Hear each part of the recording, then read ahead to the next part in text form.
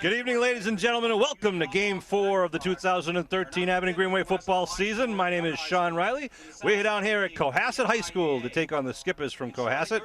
Always a tough opponent for the Green Wave, always a great rivalry. Both of these teams come in to the game with a 1-0 league record, although this year, under the new alignments, Abington is in South Shore League Large, Cohassett is in South Shore League Small, so technically this is not a league game, but it really doesn't matter to the boys in blue and the boys in the green and white out there right now. This game is very important to both teams because the victory is going to go a long way towards the ranking in the playoffs for the divisional playoffs in November. So both teams are going to come out here. It's a beautiful night. It rained earlier in the day, but it ended about 4 hours ago, 5 hours ago. It's a synthetic turf field out here at Cohassett. Referee Howell out there is going to signify that Cohassett won the toss, and they are going to elect to receive. So Abington will receive in the second half. You can see the captains out there for the Green Wave tonight are Matt Whalen, Steve Manning, and John April. Kevin Whalen is running behind right now. He'll be joining us in a few moments. Cohassett coming in with a perfect 3-0 record after victories over Norwell, Rockland, and Hull. Big win over Rockland, took advantage of a lot of big turnovers. Billy, you get a shot of some of our favorite fans here up in the balcony. That's all I'll say about the balcony. They're my bodyguards tonight. Two of our tennis coaches from Abington High School here, always supporting every game, whether it be basketball, baseball, or football. We're going to pause for a second for our national anthem. We direct your attention to the field now.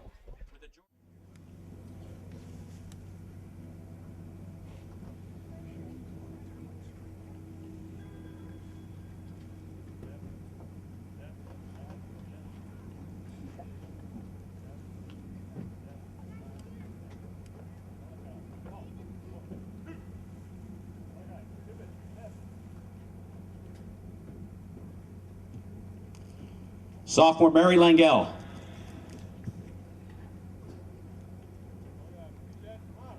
Oh, say, can you see by the dawn's early light what so proudly we hailed at the twilight's last gleaming, whose broad stripes and bright stars through the perilous fight o'er the ramparts we watched were so gallantly streaming, and the rockets' red glare, the bombs bursting in air, gave proof through the night that our flag was still there. Oh, say does that star-spangled banner yet wave o'er the land of the free and the home of the brave?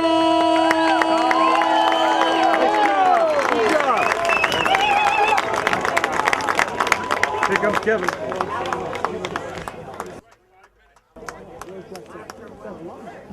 He's coming up the stairs.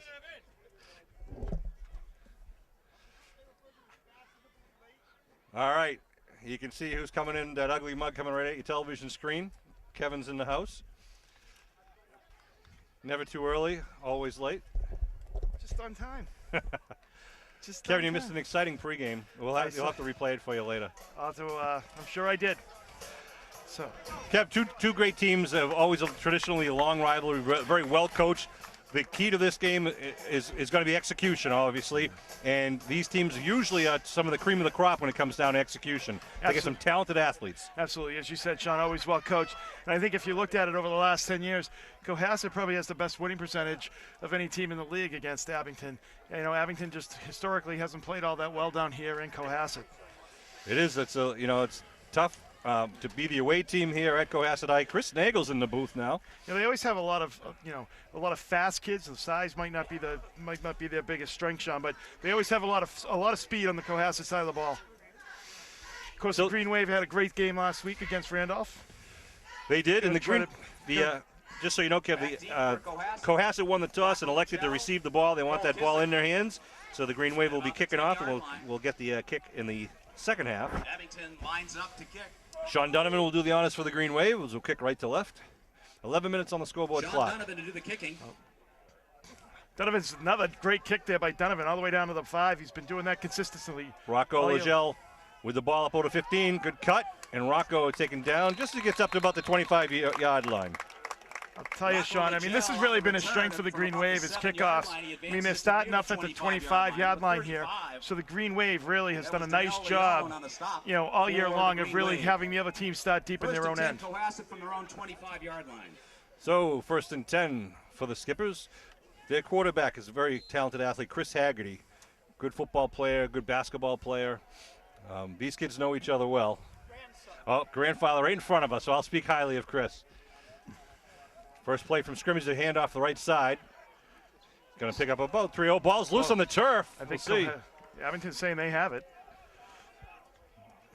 No, they're saying he's down on contact, apparently. Referee out there is Fred Howell today.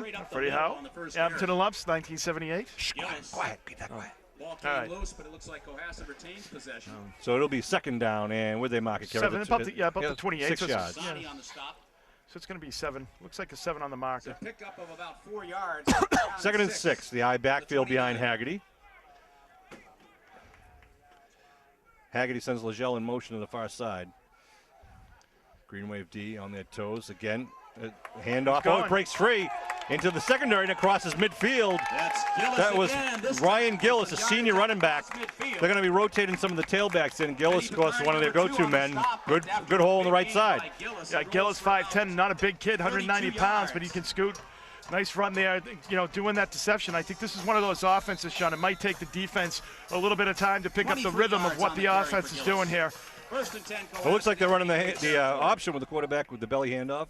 Kind of reads the linebackers, and there's the give up the middle once again. Got hit. Yeah. A big hit there by the Green Wave. He pushes forward, though. Give him credit. He picked up about 3. I don't know if that was Jansen came in with a big hit, but he was able to bounce off and pick up about 5. 4 or 5. A couple. Advances the ball to the 45. In the middle is John April, number 74. Out there is Scott Jansen, number 52. Jansen first on Lucas Sarasani wearing number 56 for the Green Wave. He had a great game last week, Sean. He did. A couple big plays on defense. 45-yard line. 2nd about 7 now at the Green Wave 45. Again, the I backfield behind Haggerty. Haggerty looks over the defense, wideouts to each side. Haggerty keeps it up the middle, gets stood up. It's going to be short, a couple of yards. Picks up about maybe 2 on the play. So bring up 3rd down for a small gain, maybe 2-3 at about the 42-yard. So it'll be 4 to go. Yep, 3rd and about 4. Of course, I don't know. They're probably in 4-down territory, Sean, even here as they approach the 40-yard line. They might going to have 2 shots at this. So it's important for the Green Wave maybe to either stop them, you know, right here on the line of scrimmage or get a negative play here and make them boot it. Liam Burke checking in number 12 is on the near side with the pink forearms. He's a talented receiver for the Skippers. Again, wideouts on each side with the same I backfield. 3rd and 4. Haggerty goes to throw outside. Oh, he fumble. That's going to come back. That's going to come back as an offsides on the Green Wave. Yeah, we have flags wander on the field. I was curious to see if that was a backwards pass, but all for naught. Burke took his eye on the ball on that one. You don't want to give him a free one. That's a big mistake there. And that's going to be a 1st down. They'll move him 5 yards, get the free 1st down. So they'll move the stakes inside the 40-yard line down to about the 37 or so. And that's where it is. So it'll be 1st and 10 at the 37 of the Green Wave. 8.5 minutes left to go here in the opening quarter. Sean Riley, Kevin Whalen, Bill Davis, and Norm Case to bring the Abington Green Wave football. 4th game of this 2013 season. Doonan out wide to the far side. Looks like Legel out wide near side. I backfield. They give left side now another flag I think being there was thrown. movement there. See if we move him back 5. Prior to the snap. It is illegal procedure against the Skippers, so that'll make it 1st and 15. This quarterback must have some cadence, Sean, that gets everyone jumping, because you see the Green Wave players jumping, and obviously you got one of his own players to jump that time. So that's a good position for the Green Wave. Push it back, make it 1st and 15 here. You know, you want to make sure you get a good stop here. If you can do that, that'll be a long way to getting that ball back for the offense. Let's see if they try to go to the air here. They got Doonan out wide near side, Liam Burke out wide far side, and you got Ryan Gillis in the backfield as the I formation to give handoff right side. Manning there. Stops him at the 40. Pickup of only about 2 there on that one. It'll be 2nd and 13. Nice job by Manning plugging up that hole. Scotty Jansen in there too, number 52 for the Green Wave. They give him 3 on the play, so it'll be 2nd and 12. Cohassett band down here on the track in front of us next to the Skipper cheerleaders. Of course, the Green Wave cheerleaders on the far side of the field. Well, we have to be over this side, so we have some elevation, because the other side is the stands are very small. Lack thereof, yeah. Lack thereof, right. Could fit the stands in your living room over there, Sean. Got a slot right formation now on the right side with Burke out wide far side. 2 men in the backfield behind Haggerty. Haggerty looking to throw. Haggerty got some time, now a rush, puts it up and over the middle. Wide open is number 11, Doonan, and Doonan's just going to scamper in for a 39-yard touchdown pass. Some blown coverage there. Some blown coverage and no pressure. Those 2 things lead to a touchdown for the Skippers. Terrence Doonan's our wide open, basically the middle of the secondary. Well, that's a nice play too, because they've been driving the ball just solely on the ground. Probably have Green Wave kind of tighten it up a little bit, and then they do the pass right over the middle. So nice play calling by the Cohassett Skippers. They got a good kicker here, Cohassett. 7 minutes exactly left here in the first quarter. Lining up for the point after kick. For the extra point. Ball's down. Kick is blocked by the Green Wave. And it's blocked at the line of scrimmage. And it is now down. That's a huge point. Obviously, those points always come back to haunt you when you don't make them. So Green Wave defense, like Give It Up, doing a nice job of keeping that 1 point off the board. So 6-0. First drive goes 75 yards, capped off by that 39-yard touchdown pass. Go ahead. No, I think a lot of times, Sean, you see that, offenses, or defenses rather, it takes a little while to get used to their rhythm and to see what they're doing. So I think you're going to see probably the Green Wave be a lot more aggressive, probably coming out on that second drive of the Cohassett Skippers. Now here at Cohassett, you got to keep your eyes open. Could be an onside kick right now. You never know. They like to take everything out of the playbook. Yeah, they always treat with playing Abington like it's a Super Bowl. Yeah. DeAndre Hilton is back deep for the Green Wave, along with James Landers on the near side, number 10, and looks like Al Freeman also.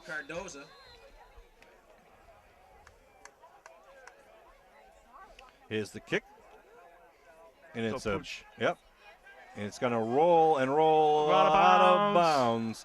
So it'll be a flag down. So the Green Wave will have a decision here. Landis did a nice job of realizing that ball had enough speed to get out of bounds and just watching it go out. It gives a good field position for the Green Wave. Well, they got a re-kick. Yeah, they'll move him back 5 yards. They can either move him back 5 yards. They can take it. I believe it's 20 yards from where the kick was. So the 40-yard line.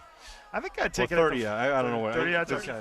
I asked Dennis Dunham and he told me this, and I forgot already. All right. But we move him back 5. They'll kick from the 35. So it must be a better deal to move him back 5. That's right. So it must be 30 yards at the 30. As Rocco Legel attempts another kick. Legel's got it teed up. Skippers break their huddle. 7 minutes to go here in the first quarter. Line drive kick. That's going to go out of bounds also. That's going to be another 5-yard penalty. That didn't even land in bounds. So we'll move him back again, I would assume. Make him kick from the 30. Well, Rocco's having a little trouble keeping it straight tonight. 6-0 Cohassett lead. They scored in the opening possession. This is the 4th game of the season for both teams.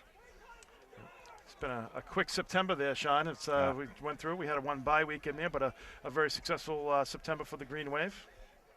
Green Wave 2-1 with the loss to Duxbury, which in my book was a victory for the Green Wave. It was a tremendous game, and I think it was a good loss if there is such a thing. Here we go now from the 30. Your Uncle Tom would disagree with you on that. Yeah, I'm sure. You know, I'm sure some people are yelling at the TV screen right now. There's one right down the middle, end over end. Bullet Going to be caught by Landers at the 18-yard line. Landers right up the middle. Landers gets up to about the 40-yard line. Good job. Nice return. That's good position for the Green Wave to start out, right shy of the 40-yard line. Nice, you could tell, nice blocking up front, Sean. He had a nice little, some nice blocking up front by everyone right in the middle of the field. On the stop for Cohassett. So having at their own 39-yard line. Special teams play and a big hit. Brian Dwyer, the junior quarterback, number 3. We'll talk to his teammates in the huddle. We'll see what the Green Wave now start with their offensive efforts here. Donovan out wide, near side. Picardi out wide, far side. First and 10, Abington with their first The I possession. backfield for the Green Wave, so similar offensive lineups for both teams. They give I backfield. That's Freeman. Nice movement there over the 46-yard line. Yeah, there was some nice running by Freeman. Yeah. Really a nice cut to the right and then kind of cut back to pick up about 7 on the Senior play. running back. That was a nice bit of running. They give him 6. Make it 6 and 4. Second and 3. Right. He Picked really up has 7. some explosiveness too, Sean. That's how Freeman does. Second I mean, down he and really 3, hits that Barry on hole. the stop. And really when he cuts, he doesn't lose any speed. Picardi on the near side with Donovan in the slot now. Dwyer looking over the defense. They give. Hand off to Donovan on right side. Donovan turns over the 50. Donovan trying to pop it outside. Still on his feet. Cuts inside the 45. Down to the 40. Inside. Skipper territory. Nice bit of running for Sean Donovan, the sophomore. Nice bit of running, picking up the first down right there, and plus about another 15 yards. Geez, he was carrying, for a little guy, Sean, he carried 4 or 5 players for an extra few yards here. Nice effort by the Green Wave, nice blocking. That's their bread and butter for many years, that counter play. He's got, his legs are churning and burning so hard. It's really hard to wrap him if you hit him low. And Sean uses his free arm very well to kind of push guys off. It's going to be Tassoni, the big center, out on the ball. First and 10 now with the ball at the 38-yard line of the Skippers. Third play from scrimmage here for the Green Wave. Dwyer calls his cadence. Hand off to Halpin right up the middle. Gets taken down from behind. He wasn't down. He's still going. Halpin up. What an effort by Halpin down to the 25-yard line. Picks up the first down. Right, that was just a slow of a play, and the guy threw him down, but he threw him down on his own body. That's a great job by Halpin to recognize it, too. Not giving up. The whistle didn't blow. Picks up about 12 on the play. That's a good job by the officials, too, Sean, of not blowing the whistle prematurely. We saw Kilmaine do that in the playoff game. He kept running, but the referees blew the whistle. First and 10 at the 25-yard line. I backfield. Donovan behind Halpin. Now he moves over with a double wing and Picardi out wide near side. They give. Donovan skips it inside the right tackle. Tries to punch around the corner. Down the 20, the 15, the 10. Sean Donovan. Touchdown, Muskegon! A 25-yard touchdown scamper by the sophomore on the 5th play from scrimmage. And the Green Wave answered the bell. Well, I'll tell you, that was an impressive drive right there, Sean. Just really keen. It took it right at him. Green Wave, nice job of running the three different runners going down the play. So nice job all around by the Green Wave. Nice little mix of a little thunder and lightning on the offense there. Get the ball there of Halpin, and get the dazzling moves inside there by Al Freeman, and then on the outside you get the speed of Donovan. So nice, great work by the Green Wave. They line up for the PAT kick. Donovan will do the honors. The lefty kicker. Ball's down. Kick is up. Look good. That's Donovan. And the kick is good. And he's good. So Cohassett scores in 4 minutes. The Green Wave score in just under 2 minutes. 7-6 Green Wave. And we're going to kick it off back to the Skippers. Totally on the ground there for the Green Wave. So, Sean, now it's up to your defense really to kind of get a stand here and, get the ball back for your offense. So hopefully we can do that. I think, after seeing them on that first series, the Green Wave defense can, answer that challenge. Let's hope that the defenses start to kick in here. This is going to be a high-scoring game. Been a couple of high-scoring games already. The East Bridgewater-Rockland game last week was a 35-34 barn burner with Rockland going for 2 for the win with less than 2 minutes to go. Sounds like the Green Wave game a few years ago over there. That was like no one could stop either team offensively or defensively. There was just a 42-40 game or something like that. Those are always exciting games to watch. But I love defense, Sean. Well, a couple of really good runs there on that Abington drive from a couple of different players, as Kevin just mentioned. We'll see what happens now. Green Wave kickoff. End-over-end kick. Coming right down at the 14-yard line. That's Kissick. Good runner. Gets upended at about the 35. Kissick up the right sideline. Forced back in by number 40. I don't know if they were kicking that away, Sean, from the middle of the field, because it looked like it was just angled over to about the 17-yard line. Usually we go a little bit deeper down the middle of the field, but it looked like it was angled over there. The Green Wave had nice pursuit down to the angle there on that field. So that's 20 yards on the return for Kissick. It's going to be 1st and 10 from about the 35. You got it. Got Manning, number 5, out there for the Green Wave. I mean, that kid just had a heck of a year last year and is continuing to do that again this year. Rocco Legel out wide in the near side to get a slot left formation on the far side. One man in the backfield behind Haggerty. Haggerty pitches left side. Trying to bring out, it's a nice tackle in the backfield. Yeah, a little bit of a loss for the nice job by the Green Wave. Nice pursuit. Who got that? I think that was 85 for the Green Wave. That would be Quinlan. Cole Kissick is a very talented running back for the Skippers then. Manning came up and made the stop. Well, Steve Manning. They give credit to Manning. Right. So Manning, I think it was he was second down and 11. He was really up there, number 85 for the Green Wave. Really did a nice job though of kind of holding an edge, came back, and then obviously Manning in pursuit. And that's an amazing thing about Manning, making that tackle. He's on this end over here, and he makes the play on the other side of the ball for negative yardage. It's a great. Second 11 eye backfield. Offside. Looking to throw. Haggerty with the rush. Haggerty looking downfield, puts up, and his receiver stops, so it's overthrown, but we think it's going to be Green Wave encroachment. Yeah. Again, Haggerty mixing up his cadence and doing a good job at it. Yeah, he is doing a nice job. It's the second time tonight. Give him a free play. Against the defense. 5-yard penalty, still be second down.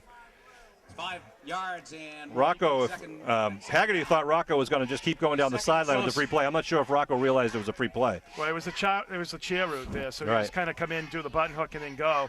He just stayed, sat down, and went the ball sailed over his head. So second and about 6 now. The ball moved up to the 39-yard line. The eye backfield again behind Haggerty. 2 wideouts on the near side. They look for a little bubble screen over here. Oh, nice defensive play, but he breaks away. That was Rocco Legel. As Landers making the initial contact there, doing a nice job out there, eluding the blocker and getting him behind there. So makes it third and about, 3 there. Certainly slowed him up. That was James Landers. Good pursuit by the Green Wave defense. I think you have 2 very quick teams out there tonight, Sean. Going to bring up 3rd down and 3. Ball on the Gillis and Kissick in the backfield. Kissick is the deep man in the eye. 3rd and 3. Green Wave showing blitz. They hand up fullback right in the middle, gets upended and falls short, I believe. He should be down about the 44. They're giving him the roll forward. You got to be, No, he's going to be at the 44. Oh, wow, they gave him up to the 45 there. That's a horrible spot. That is. He rolled for a good yard or 2. Yeah, he was down about a yard before that. But that's enough. A terrible spot. That looks like enough for the first, so if they mark it there. That's a terrible spot. Yeah, it's going to be the first down marker is just shy of the 45. I don't think that's going to be a first down, Sean. Yeah, they're going to call for a measurement. They gave him a pretty favorable spot, though, I'll tell you that. We'll have the measurement. As we have this little break in the measurement, we have our sponsors of the Abington Green Wave football. We have Abington Bank, the Depot Restaurant, McDonough Insurance Agency, Midway Auto, Glen R. LaPointe Inc., Chiropractor Bernie Brannigan, Law Officer Sean P. Riley, Bemis Drug, Dave Nisby, Mike and Dave's Barbershop, Old Town Real Estate, Deanne's Restaurant, Quealy and Son Funeral Home, tastefully done on 177 Brockton Ave, Bailey's Garage, Sub Galley, Lorena's Hair Salon. A lot of support from Green Wave Nation. That's your clipboard. There you go. We appreciate all the support. The donors, the sponsors help the athletic department, and all the money goes to all of the athletic teams for Green Wave. First and 10 of the 45 with the eye backfield, wide out seat side once again for Haggerty. Haggerty fakes the pitch, gives a belly handoff, cuts through. Oh, what a nice tackle. Halpin with a textbook tackle. Absolutely nice job. He's going to get about a yard. That was Jack Conte. Yeah, he had no chance right there. Halpin doing a nice job from that linebacker spot off, coming up and filling the hole. 33 was there for Abington. Josh Radin checks in and gives Sean Dunham a breather. Two and a half minutes left to go here in the first quarter. 7-6 Green Wave lead. Both teams scored in their first possession. This is the second possession by the Skippers. Actually, it's a pretty nice night. I mean, it's a little damp, so I don't know if the turf probably is a little slippery out there. Eye backfield. We got a couple men up on the line of scrimmage here. They go for the bubble screen once again. Oh, what a play out wide. Still on his feet, though. Still breaks free. Still moving. It's going to be a loss of 5 or 6 as Legel tried to get some forward progress. I mean, he was down about the 38, but he's giving him the 40. 4 or 5 yards deep, spun out of initially he got hit about the 43, and he kept spinning. He was still running. I mean, I don't know. That's kind of a... That's another 2-yard benefit there. That could have been back at the 38. Well, it sets up a 3rd and 15 here. Yeah. So that's a Green Wave defense doing a nice, a good job, Sean, of really keeping them down there, long and down and just being long. So make it 3rd and 15. Well, let's see. The Green Wave got burned last time with a long pass for the touchdown to Doonan. Eye backfield again, wideouts on each side. Green Wave shall blitz up the middle. Haggerty, it's a draw play right up the middle, and good, really a saving tackle there. April got to him. He danced through a couple along with, shirts, but looks like Manning also tripped him up. Well, and was getting a little nervous there because a lot of white was up on the upfield there, and he was able to get through a few of them, but April did a solid job of maintaining his position and getting a nice tackle just for a 3-yard pickup. Bring up 4th down and 12 in a definite punting situation. So they're only a 7-yard drive for that one. 4th and 12. Looks like they'll still set up for the punt. Vin Picardi's going to be back deep along with Sean Donovan for the Green Wave. Waiting the snap. Good snap. Steps up, kicks it high and out of bounds. That's out of bounds. That's going to be about midfield. Yeah. It's going to be midfield or so. See where they mark it. I don't know who's marking it. Who's marking it? He's got to keep coming. He's got to keep going. It's got to be up there like the 45-yard line. Right. Red Dooley was the hunter. That's a good spot for them. It is. That's where it landed. That's where it landed, and you got to go where it went out of bounds. What happens is the head official stands behind the punter and looks where it goes out of bounds. He keeps walking and he angles it out. So I think that's a pretty favorable spot by a good 5 yards. So the Green Wave with 38.6 seconds left here in the first quarter gets some pretty good field position. This is exactly pretty much where they started last time. I think they started just at the 40 or just shy of the 40 last time, Sean. So the Green Wave started at the 39. You're right, Kev. You sound surprised. Hand up.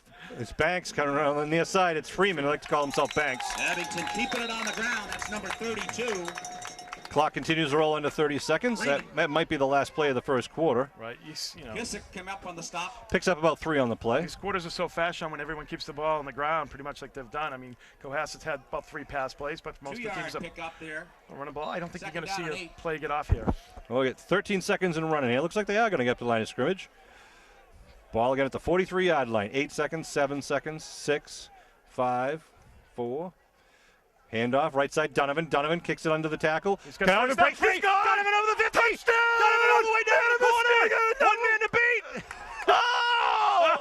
I thought he had it. I jinxed him. You did. I jinxed him. I thought he was gone. Kissick saves it. Kissick with a nice touchdown saving tackle. I'm certainly glad they got that play in, Sean. That's right. All the way down to about the 3-yard line. Wow. Showing some wheels. I thought once he busted out there, it's a nice closing speed there by Kissick, number 27 for the Skippers. Good 50-yard pickup or so by Donovan. Well, I'll tell you, the offense just looks, impressive tonight. The running backs are running hard, and the linemen are opening up holes up front. So as the last play of the first quarter, the ball will be marked at the 3. We'll switch ends of the field.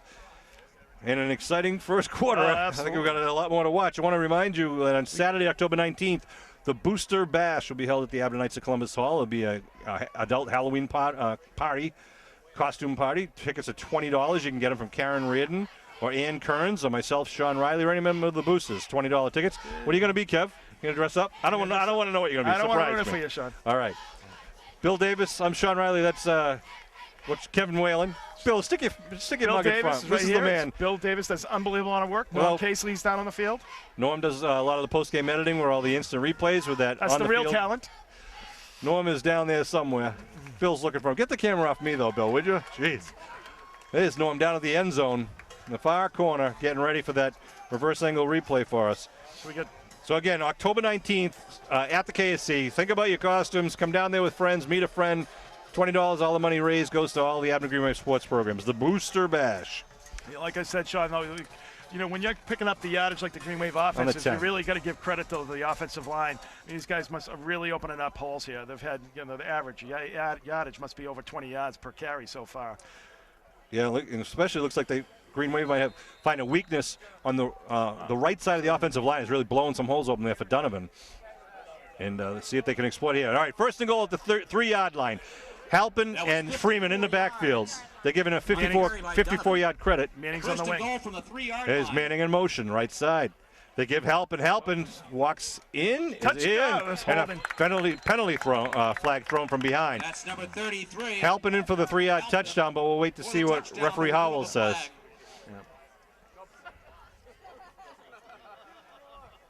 Holding on the green wave, that's going to move him back. It's going to be a holding call against Abington. So instead of first and goal on the 3, it's like he waited till the thing that they scored, but you know, the Green Wave player hooked him. That'll be a 10-yard penalty back to the 13-yard line. Replay first down. It looked like the person in motion there, Sean, as he went in, kind of hooked the player a little bit. Yep. Didn't get in front of him. Well, let's see what they do now. Now it just gives them an opportunity to have a better stats here. Still first down, so it's like they've got plenty of 4 downs to get in there. Dwyer comes in from the sidelines with the play. Opening minute here of the second quarter. 7-6 Green Wave lead. This is their second possession. Picardi out wide to the far side. Freeman on the near side wing. It's like Halpin and Manning in the backfield. They give to Halpin. Halpin right side, cuts it inside. Wow. Halpin inside the 10-5. Halpin! Muskegon! A 13-yard touchdown. Wow. If 3 wasn't good enough, 13 will do it. Exactly. They're just trying to pad stats right now, Sean. Wow. Correct. That was a three-play drive for 59 yards. Wow. So the Green Wave offensive line doing a great job blowing some holes open. Donovan will line up for the point after. And 59 yards. For the touchdown, and a lot of great teamwork out there right now for the Green Wave. Absolutely. Donovan will line up for the kick. Ball is down, kick is up. Wow. Up high and deep, and it is good. You know, he did a nice job of getting that up high so it couldn't be blocked as well, Sean. That kid's got a leg on him, I'll tell you that. Once again, Sean, the offensive line, I mean, you got the kids in the backfield running, but I'll tell you, they're just opening some huge holes here. And I just think this game is going to be won on the line of scrimmage, and it's not going to look too well for Cohassett if that's any indication, because they're just like blowing them off the ball defensively.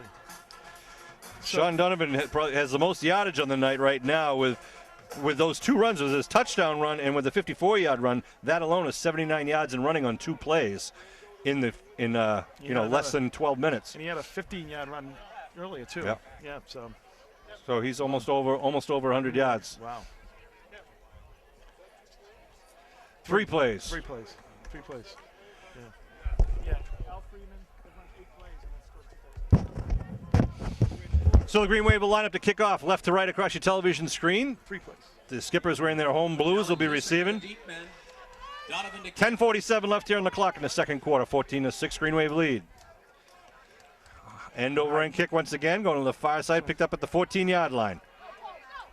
Manning right there doing a nice job. Oh, ball's on the ground! And it picked up and then tackled once again at the 25-yard line. By number 5, Manning. Ball came loose. I'll tell you, he knew the ball came loose, and he was in hot pursuit of the ball, made the tackle, and was in hot pursuit of the ball. So just Manning just showing how he just has such a motor, Sean. He just never stops out on that field. He's unreal.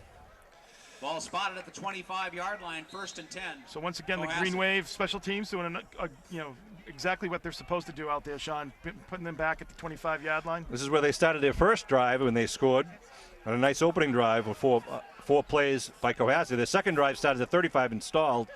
Handoff right up the middle, stopped after a pickup of about 2. That was Gillis up over the interior of the defensive line there. He gave him, I think, a small gain before he's gave him about 2 or 3 there on the play. The bottom of that pile looks like 52. Jansen coming up off the bottom. 52. 55 looked like he's coming up off the bottom of the pile there as well. Along with 51, Matt Whalen, both of them down there at the bottom. Cole Jansen is out there as well, number 55. His brother? Matt Whalen is also in the pile. Second down and 8. It might have been easier, Sean, to list who wasn't in that pile and being in the tackle. There's only a couple of them. 2 men in the backfield. I backfield, slot right formation now for the Skippers. Second and long. Looking to throw is Haggerty. Rolling right. He's got some time and a blocker in front of him. Now puts it up and nice in and out of the hands. Halpin. I think Halpin might have got knock it away. I think Halpin did a dive. It was. Halpin's playing excellent on both sides of the ball. He's another one, Sean. He's got the motor there. He just never stops on the either side of the ball. Remember the defensive game that Halpin had actually in both games of the postseason last year. I mean, he just kind of did a great job defensively, and now we're seeing it this year again as a senior, as a fullback. He did a lot of damage against a very strong Duxbury team, and already has a touchdown on the board tonight.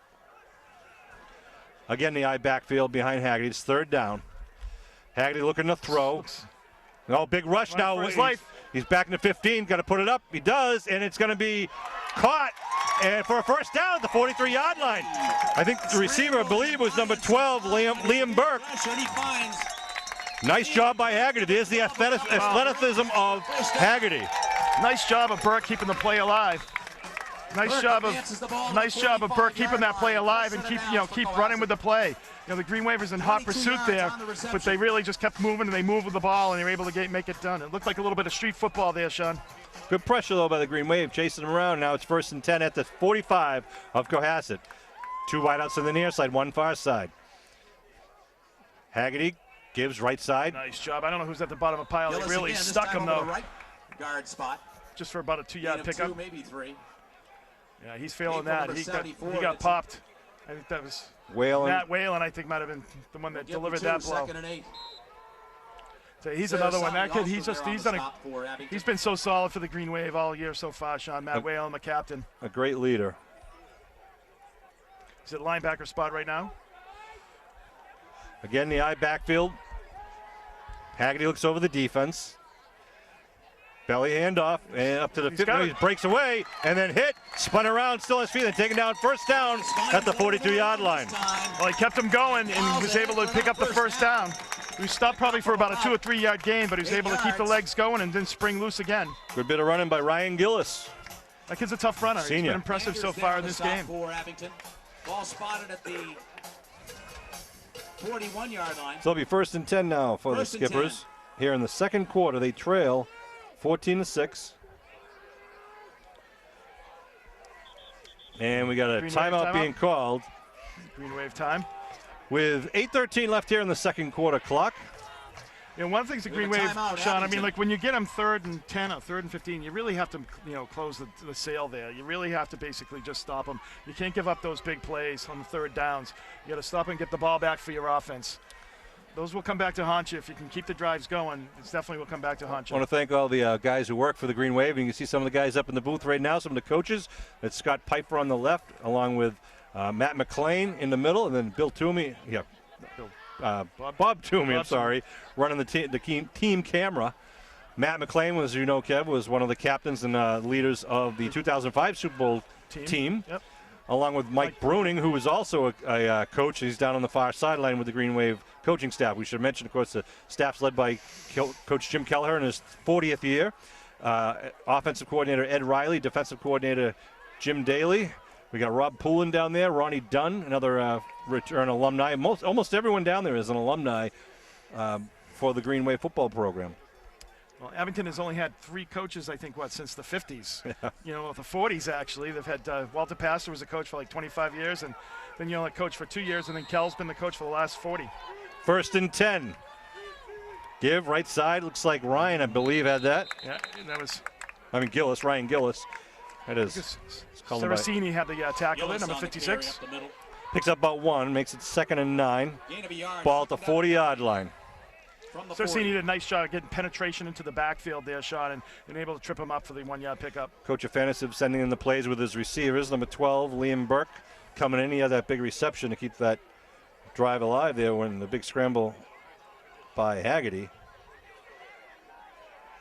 In the backfield now again is Kissick behind Gillis. In the eye backfield. Looking to throw. Looking near side now, again, big rush. And now he puts it up in the air. Oh, it's almost picked up. A flag thrown down here at the 30.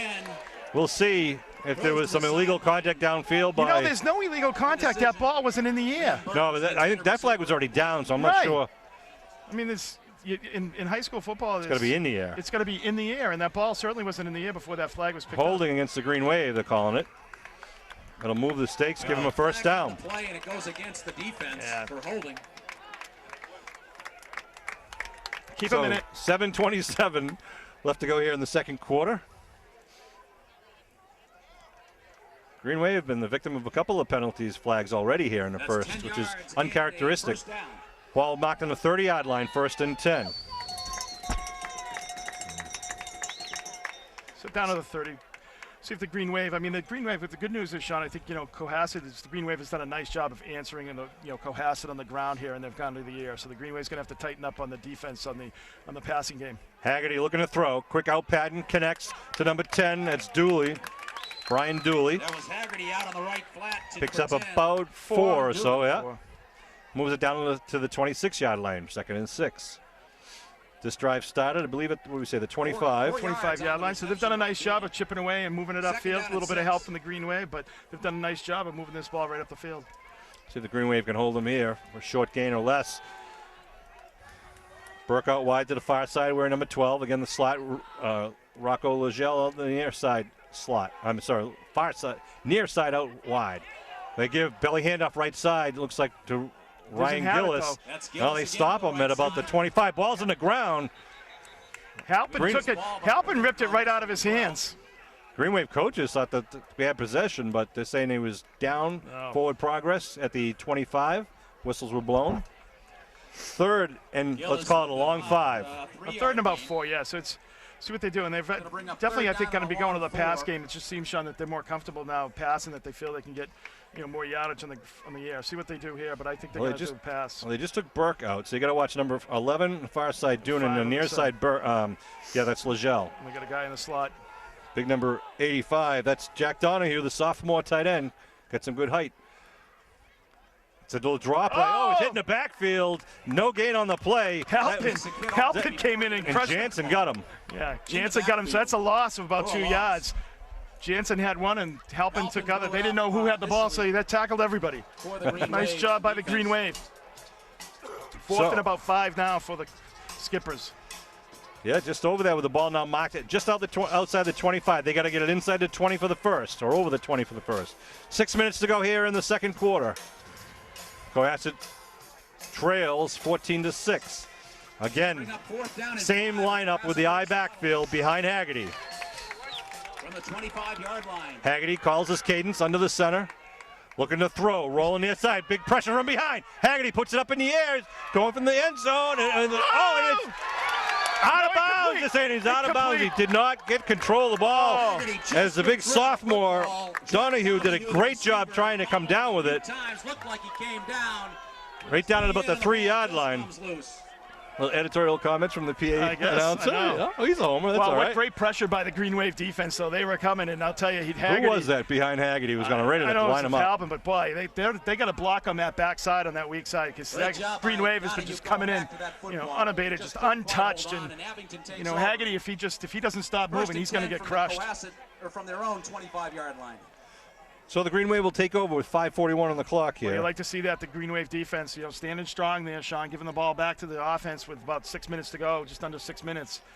So, that's what you like to see. I mean, they bend, but they didn't break there, and give the offense an opportunity to break this open. So the Green Wave 75 yards away from another score here. Let's see if they can put together a nice drive, take some time off the clock. Hand off right side. They cut it back, nothing doing. Good job by the defensive line of the Skippers. A little extracurricular. Who was that? Donovan on the carry. He's 2nd down and 10. Just under 5.5 minutes to go here in the first half. A beautiful night down here in Cohassett. Here we are, October 4th, and it's going to be, about 55 degrees? Yeah, it's just a beautiful evening, beautiful fall evening down here. No wind whatsoever, so it's not going to affect any passing or kick. 2nd and 10 for the Green Wave. Dwyer gets the play from the sidelines. 2nd and 10. Joins his teammates in the huddles. The clock continues to wind down to 5-minute mark. I think when you have a smaller defense like this, Sean, you really can be impressive. Like, you've got Manning in the backfield, number 5, but really you can just overpower him. That's what you got to do. Just keep going straight at it. Dwyer rolling, looking to throw. He's going to be wide open down the middle of the field, and it's overthrown. Halpin was wide open in the middle of the field, waving. Has 10 yards behind his man. I'll tell you, he must have deceptive speed, because he's always beating his guy, or he's running past people. It's just he's a big guy, but he must be quick. So now 3rd and a long 10 for the Green Wave at the 25. Yeah, part of the problem, too, for Halpin, on that play, Sean, Halpin was wide open, but he was rolling to his right. And rolling to your right, he had to throw that ball all the way across, and that's a tough throw to make. And it can be dangerous. It can be dangerous because the team, obviously the defense has a lot of time to react as that ball's going across the field. And he was not the number 1 receiver. They were going for the short man on the near side of the field. They had 2 receivers on the near side, and Halpin kind of dragging across the back. Let's go with the I formation now, wideouts to each side. 3rd and 10. Dwyer looking to throw. Dwyer down the middle. He's got him. Oh, he's got Quinlan. Quinlan actually pulled up, I thought. He was wide open behind the secondary once again. And it looked like Quinlan kind of slowed down, and then Dwyer led him too far. It's going to bring up 4th and 10. So an uncharacteristic 3 and out for the Green Wave. I got to give Cohassett a little credit there, Sean, doing a nice job of stopping him on first down, making it in 2nd and 10, and the Green Wave went to the air. Line of scrimmage at 25-yard line, 4:37 on the clock. Back deep for Cohassett is number 2. Trevor Tedeschi, and number 5 is Langell. Halpin the kick. Cohassett standing at their own 40-yard line. Halpin to punt. Good kick by Halpin. It's going to bounce at the 43 and bounce. then roll Nice inside of bounce. Yeah, about down, 33. Yep. Ball rolls out of bounds. No return. At about the 33-yard line of Cohassett. So with 4:28 left on the clock, Cohassett will have the ball at their own 33. I'll tell you, for a small school, Sean, they have a big yards on squad the kick down by here. Halpin. I mean, they have a lot of kids. They probably have 40, 45 kids, which, I don't think this school is like under 400 kids. So they have a pretty big squad for a smaller school. Well, it's funny. I was talking to one of the coaches before the game, and his only comment to me is he was concerned that Abington had more depth. And I kind of looked at the sideline and said, I don't see it. Yeah. Here we go. 1st and 10 at the 33 with the eye backfield again. 2 wideouts to the near side of the field for Haggerty. Haggerty with the bubble screen on the near side of Legell. Legell trying to get outside. Legell then taken down. Who's that? Oh, Jansen once again? Yeah, that was Jansen. Gosh, that was a hold on Landers. Legell advances it out to the 40. Gets it up to about the 41-yard line. Pick up a 8 on the play. Yeah, Aiden Colley was out there, and he was really the guy who just pulled him right down. 2nd and 3 now at the 41-yard line. Haggerty gives the play to his teammates. Sends Terry Noonan out wide to the far side with Legell, Rocco Legell, number 5. Nice pursuit there by Jansen, getting out there into the flat and making that tackle. Handoff right up the middle. Gets it over to 45, first down. For a first down. We'll stop the clock as they move the change with 3:48 on the clock. Cohassett would like to get another tally here to try to get closer to even up the score. Like to try to tie it up at 14. Big opportunity lost by Abington in that last possession with the ball at their own 25 with over 5 minutes on the clock. Could have gone up by 2 touchdowns. Let's see if they can stop this drive. 1st and 10 now at the 46-yard line. The eye backfield again behind Haggerty. He puts Legell in motion. Haggerty gives the belly handoff, left side. Slam down. That was like Jansen now at 52. Was it Jansen again? It was Jansen. It was. Tackle. So, big number 52, Scott Jansen, getting the job done, but Cohassett picking up a couple of yards at each carry. It's a nice, on first down, it's nice to pick up 7 yards. That's what they did, get into the Green Wave territory. 3 minutes and rolling here with the ball now at the 47 of the Green Wave. I bet you're going to see a pass here, Sean. 2nd and 3. Rocco Legell on the near side. Gives you the opportunity when you pick up 7 yards to do a lot of different things in second down. They give the right handoff, Gillis. Yep. He's going to be stopped short of the first. Gillis again. See, it's an opportunity where I think where you're in 4-down territory here. I think it's, I would have probably gone to the air. You've had a lot of success, recently going in the air. Well, Kev, let me give you the other opposite strategy. Is the Cohassett's moving the ball on the ground. They think they want to move it down and take time off the clock, right. If you get 4th down, you boot it back and put it up in the air. You might have an interception and give Abington a chance. So let's see what Coach Afanasieff does now with wideouts to each side. Well, Haggerty seems like he can take care of the ball, though. He's done a nice job so far tonight for Cohassett. Haggerty, handoff left side. Gillis almost breaks it up and gets the first down over the 40. Right. To the left side. That was Quinlan coming in for the tackle. The quick hitter, a little belly handoff, doing pretty well. Now, so the Cohassett line trying to push. Looks like he twisted his ankle. Uh-oh, that's going to be Quinlan, number 85 for the Green Wave, did a nice job crashing down from his end position and making that tackle. Timeout called by the Skippers with 2:07 on the clock, and Ryan Gillis hobbling off the field. They don't like to see that, especially with a senior. Green Wave might like to see that as a defense, but Gillis is a very talented running back. Anybody hurt? I mean, that's. So 2:07 on the clock. I want to remind you again some of our sponsors for Green Wave Sports, not just football, for all the sports programs. Abington Bank, the Depot Restaurant, Rob McDonough Insurance Agency in Abington Center, Midway Auto, Glen LaPointe Inc., Cairo Associates and Bernie Brannigan, law offices Sean Riley and Ed Riley, Bemis Drug, Dave Nisby from Mike and Dave's Barbershop in North Abington, Old Town Real Estate in Roger Woods, Deanne's Restaurant, Mike Kokamazzi, Rob Quayle at Quayle & Son Funeral Home, Tastefully Done Food, Bailey's Garage, Jack Bailey, always a big supporter of everything Green Wave, Bob and Rita Wing at Sub Galley, and of course Lorena's Hair Salon. And what we do every game is give out gift certificates for player of the game. They get a gift certificate to Sub Galley and a gift certificate to Lorraine and Hair Salon. So we'll keep a tally on who might be the recipients tonight. Yeah. So with 2:07 on the clock, 1st and 10 at the 40-yard line for the Skippers. They trail 14-6. Green Wave would like to stop this drive. Cohassett breaks the huddle. 2:07 left. Haven't seen any shotgun from Haggerty yet. You got the slot left formation now. No wideouts to the far side. In the I backfield. Haggerty keeps it, goes right up the middle with a sneak. Matt Whalen. Is that Whalen? That's Whalen, yeah. Takes a snap and stands him right up. I don't know why he thinks he's going to run over Whalen. I think they must have been thinking that maybe if they get past, because the Green Wave is really kind of pinching down, Sean. Yeah. If they can just quickly get past that, get the Abington guys going the other way, you get some all green in front of you. And well, no doubt if Haggerty gets in some open territory, he's got the speed to make some damage. Now watch the slot man. Donahue's the slot, the big tight end over there on the right side. Green Wave has a nice gap in the middle there, and I think they were trying to showing blitz from the corners. They're coming in after Haggerty, trying to put some pressure on Haggerty. Rolling again, puts it up in the air, and it's going to be incomplete at about the 24-yard line. Wow. Some time. Good coverage downfield. And Landis did a nice job there coming up, Sean, and really making sure once he did, if he did catch it, that he was going to pay for it. Well, Green Wave really trying to make Haggerty throw on the run, but Haggerty doing a good job of keeping his eyes open downfield. Keeping the play alive. He really is doing. He's done really well at that tonight, Sean, on both sides, left and right, kind of running. So 1:27 on the clock. One of the things you got to do is, the side that he runs to his right a lot, Sean. What you got to do is have some containment on that to keep him in the pocket so the back pursuit can get him.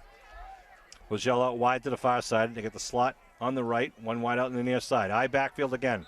And a timeout being called by the Skippers, something they didn't like out there, so they used one of their 5. Full timeout, Cohassett. Bill Davis showing you 1:27 on the clock here. That's their second timeout they've used, so they've got 3 left. I believe that's correct. If you want updates for everything to do with Abington Green Wave Sports and you use Twitter, check out at Abington AD, our athletic director, Pete Serino. Get a shot of some of our fans over there. We got Chris Nagel, Tim O'Donovan, president of Abington Green Wave Boosters, and Tim O'Donovan, president and CEO of the Depot Restaurant. Actually, that's his wife, Kathy, but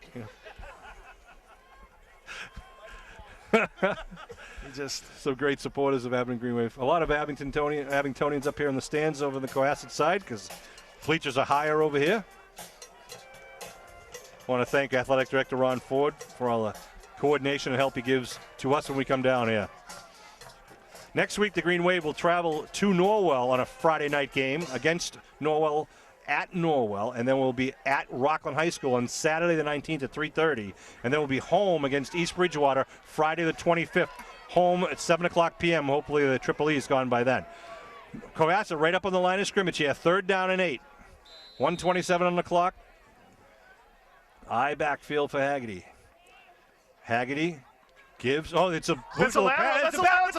Backwards pass! And the Green Wave recover the fumble at the 46-yard line. Big turnaround now with 1:18 on the clock. Haggerty was under pressure. Finally, the pressure caught up with him, Sean. The Green Wave has been really pursuing him all night. And right there, nice job by the Green Wave of really putting pressure on him. And then also having the guy in the wing, so he wasn't able to scoot out there. And the Green Wave had 2 guys on him out there. So great job by the Green Wave defense. Get plenty of time because I think they have 4 timeouts the Green Wave does with 1:18 remaining. Big turnover. I apologize. I didn't see who jumped on that ball. I thought it was April at one point. I'm sure Norm's going to show you that replay. 1:18 on the clock. Abington now with the ball at their own 45. Dwyer here, it's an inside reverse. Donovan get over the 50-yard line, spins it inside the 45. The first down. He got slowed up just barely at the line of scrimmage, and he had a burst of speed cutting across that line of scrimmage. They faked out the kid that had the containment.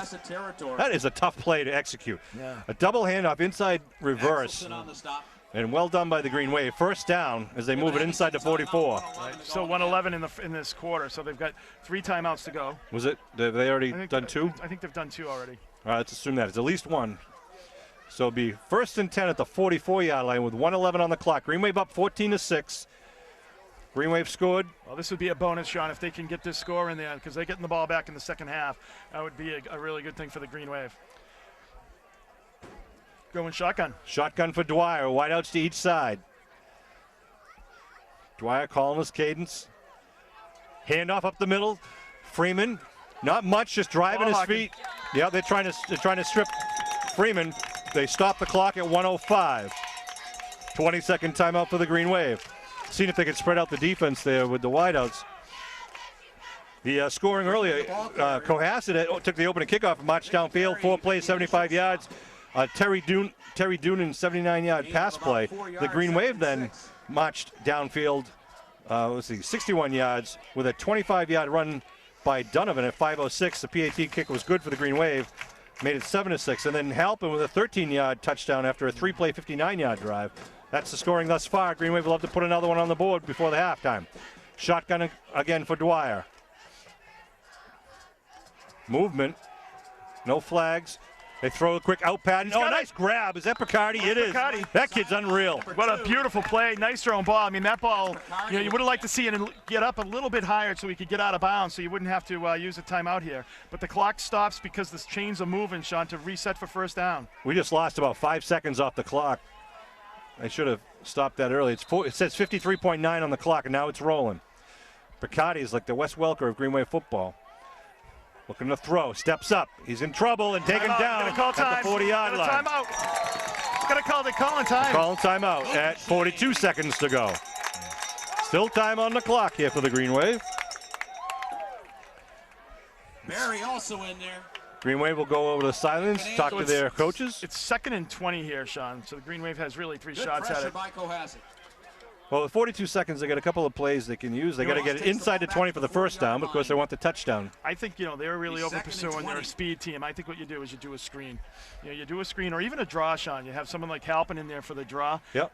That's something. The middle will be open. You've got one more timeout. You can use it. But that's what I do. One of those 2 plays, kind of a little, get them use their advantage of their speed against them. Well, let's see if Kevin prognosticates correctly, and let's see if Coach Afanasev, warns his defense to be careful. They got extra linebackers out there for the pass defense. We'll see the ball marked at the 40-yard line. 42.7 on the clock. It is an official scorekeeper. It's not a Cohassett scorekeeper as far as how the clock is run. Be 2nd down and long for the Green Wave. They got to get it, as I said, to the 20 for the first. Yeah, every second matters as you come down here, and I think the Green Wave has one more timeout. Well, it's definitely 4-down territory also. You see if they go with the, again, an out pattern so that the receiver can get out of bounds and stop the clock. But, you got to keep an eye open to see if someone gets loose down the middle of the field and just launch it. Green Wave in the huddle at midfield. Sean Riley, Kevin Whalen, Bill Davis, and Norm Casey bring this Green Wave football action here. Less than a minute to go here in the first half. Wideouts to each side, I backfield, Halpin and Freeman. They put man in motion. It's going to be two men in motion. Two men in motion. It's going to be no play. No play. They go deep. It doesn't matter because it's going to be a penalty against the Green Wave. Yep. You had Quinlan going in motion on the left side, and then you had the wingback Halpin went in motion as well. Yeah, if 2 men go in motion, they both must stop before the ball is snapped. So it'll be a 5-yard penalty against the Green Wave. Unless they decline it, they could decline it here and bring up 3rd down. Yeah. See what Coach Afanasev does here. Illegal shift, and it is going to be declined, so they bring up 3rd down at the 40 with 35 seconds. The call was an illegal shift against Abington at Cohassett. It's not an illegal play until they snap the ball. 3rd down and 20 from the 40. It's not an illegal motion until they snap the ball. So they can't stop the play. Here we go. 3rd down and 20 at the 40-yard line. 35 seconds on the clock. Slots on each side. Shotgun for Dwyer. Dwyer looking to throw, looking for some time. Steps up, goes down the far side. It's got a man open, and it's going incomplete. It was intended for Donovan to bring up 4th down with 27 seconds on the clock. That could have been picked pretty easily, Sean. Number 4 was looking for the coverage rather than, looking to hit him rather than go for the ball there. So it's going to bring up 4th down here with 27 seconds remaining.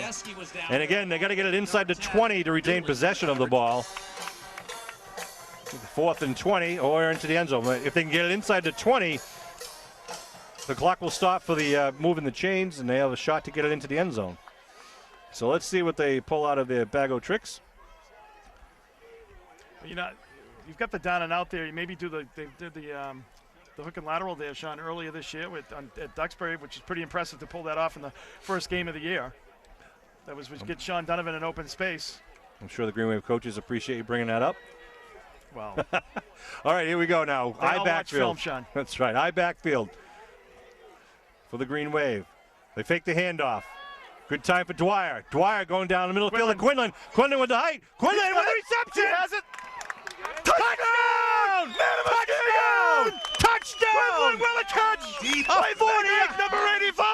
A 40-yard touchdown to the big tight end. Wow. Quinlan went up and came down with it with a man on him. Jake Quinlan, the big senior. What a throw, though. Woo! What a throw by Dwyer. 18 seconds remaining. Wow, 4th down and 20. Dwyer with full faith and credit in Quinlan, and Quinlan went up, came down, wrapped his bear claws around it. A huge play for the Green Wave to put another 6 points on the board before going into the half. 18.9 on the clock. And Donovan will line up for the point after. Waiting for the snap. Ball's down. Kick is up. It looks good. Donovan kick is good. Wow, that's a huge play, Sean, right there. Giving you the 15-point lead.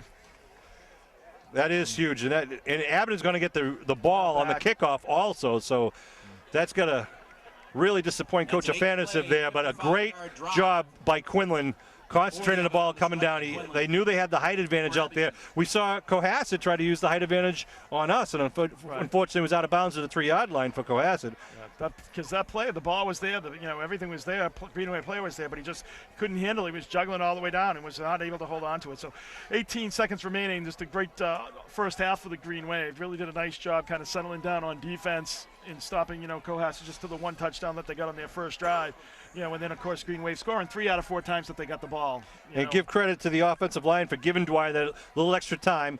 Did a nice job stepping up in the pocket and then putting it up, again, high in the air so it would come down at an arc. Well, that's for what Quinlan. You want to do. See, if you have the height advantage, obviously you want to give your arc guy the opportunity to kind of, go to the highest point of the ball. And Quinlan was able to do that and pull it down.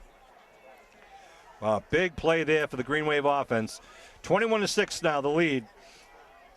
And the kickoff by Donovan. He just line drive kick, goes right down the middle of the field.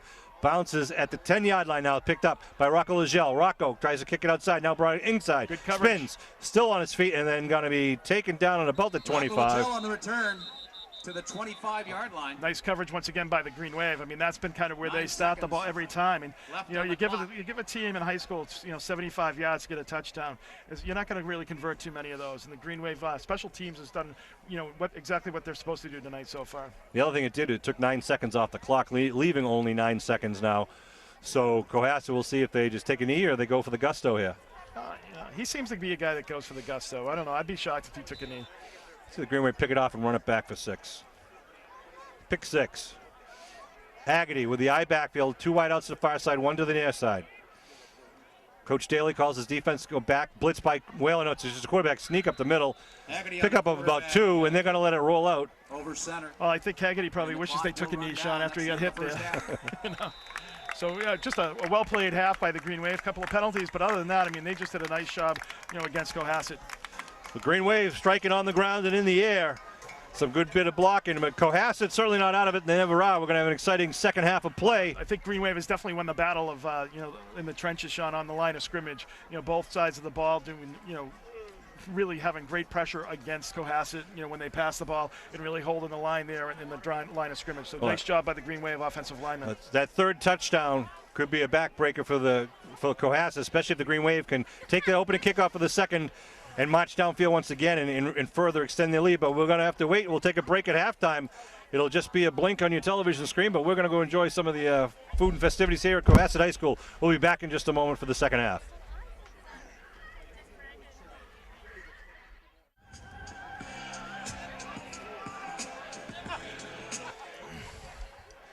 All right, we're back, getting ready for second half action. Cohassett Skippers will be kicking off right to left.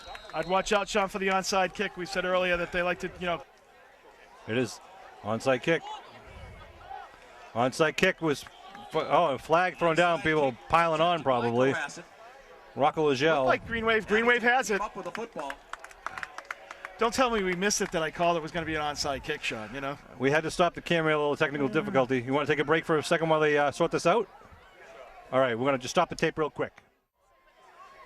All right, here we go. 1st and 10 at the 48-yard line. Abington recovers that onside kick attempt. Hand off right up the middle to Freeman. Freeman barreling. Nice. Freeman, nice effort by Freeman. Ball's loose, but down. Yeah, the whistles were blown. That was Dwyer on the give to number 32. Al Freeman really just chugging along there. High knees, driving those thighs, gets it up about the 47. Yeah, you're looking, there's, Donovan, number 78, and the Green Wave offensive line is like 7-8 yards down the field, and that's a good sign. So nice 5-yard pickup for the Green Wave. Green Wave moving up, mixing up the line a little bit tonight. Lucas Sarasani playing a little guard today. We got Donovan in there, again playing a lot more tackle. So that's one thing the Green Wave has always done, Sean, over the last decade or so, is really get a lot of players in and out.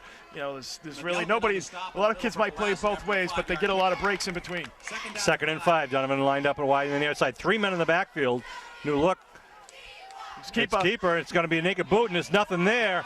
Dwyer taken down for a loss of about 3. Bring it back to about 3rd and 8. Yeah, there was no full. There's 2 people right there, Sean. Dwyer couldn't do anything about it. So. Well, that was good textbook defense by the defensive end, staying home. Absolutely. And they were trying to bait him to get because the 3 backs were all diving right.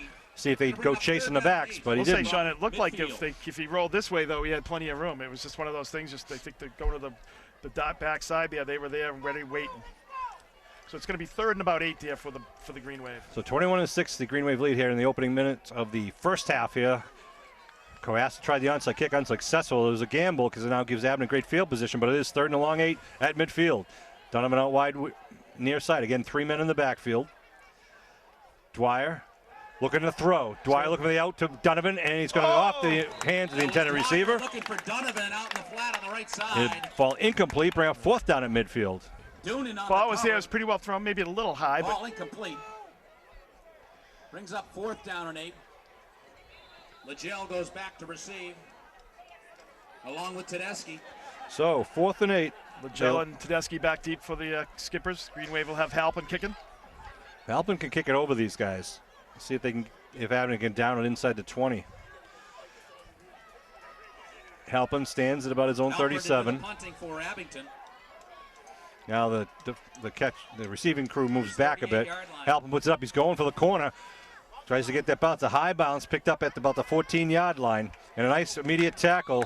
By Manning. Who by Manning there? Tedeschi did do a good job of catching that one. Before he's knocked out of bounds. Good punt there by Halpin, trying to go to the coffin corner. Really, then that's allow them to have really great coverage right downfield, Sean. They really pinned him down, had no chance to do anything. Just could drive right up ahead, try to split the Green Wave defenders, and both were there for the tackle. Nice job. So it's too bad that Green Wave couldn't take advantage of that great field position there at the opening of the drive. Yeah, but once again, I mean, their special teams has kind of pinned them back here, where they have a long field here to try to get a touchdown. Cohassett wide outs to each side, trying to spread the defense. Got 2 men in the backfield behind Haggerty. 1st and 10 at the 20. Haggerty keeps it now, pitches it.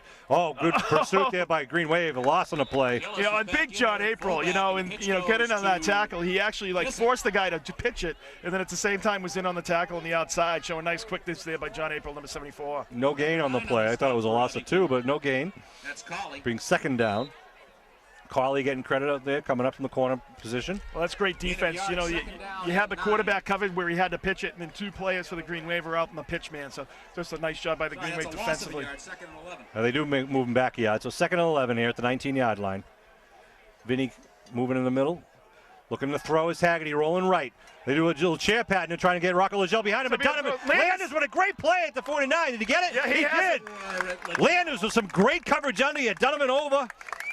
And James Landers, the junior, with a nice play. They tried the chair pattern as Rocco faked the out and then went deep.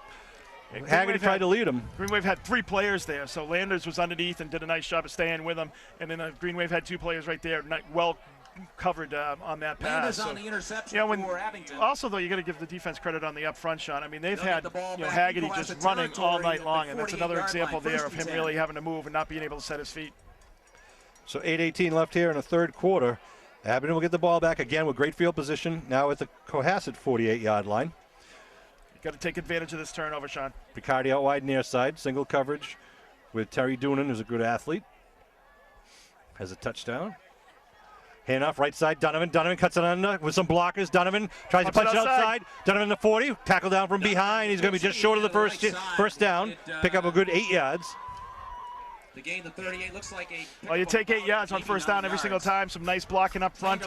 Really were able to kick the end out there to give him that lane, and Donovan took advantage of it for the 8-yard pickup. He's doing a good job of getting that, that blowout block that they're just blowing out the defensive end, and Donovan's cutting right inside it, and then trying to look for where the open field is. You've got the guards pulling there to come up and pick up that end and kick him out. And as you said, Sean, Donovan reads that and just cuts up on the inside.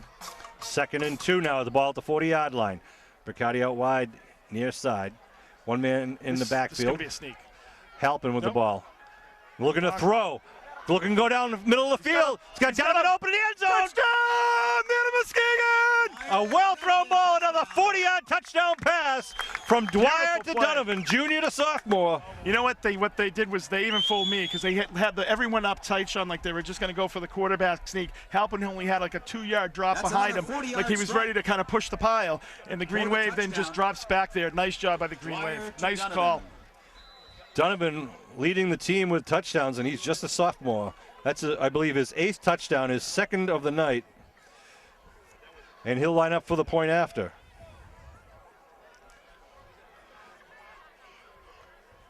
Dwyer to hold. Oh, movement. Movement. That was like the right side of the Green Wave. They kind of jump, but this will be good practice. Let's move him back. Yep, see if he can.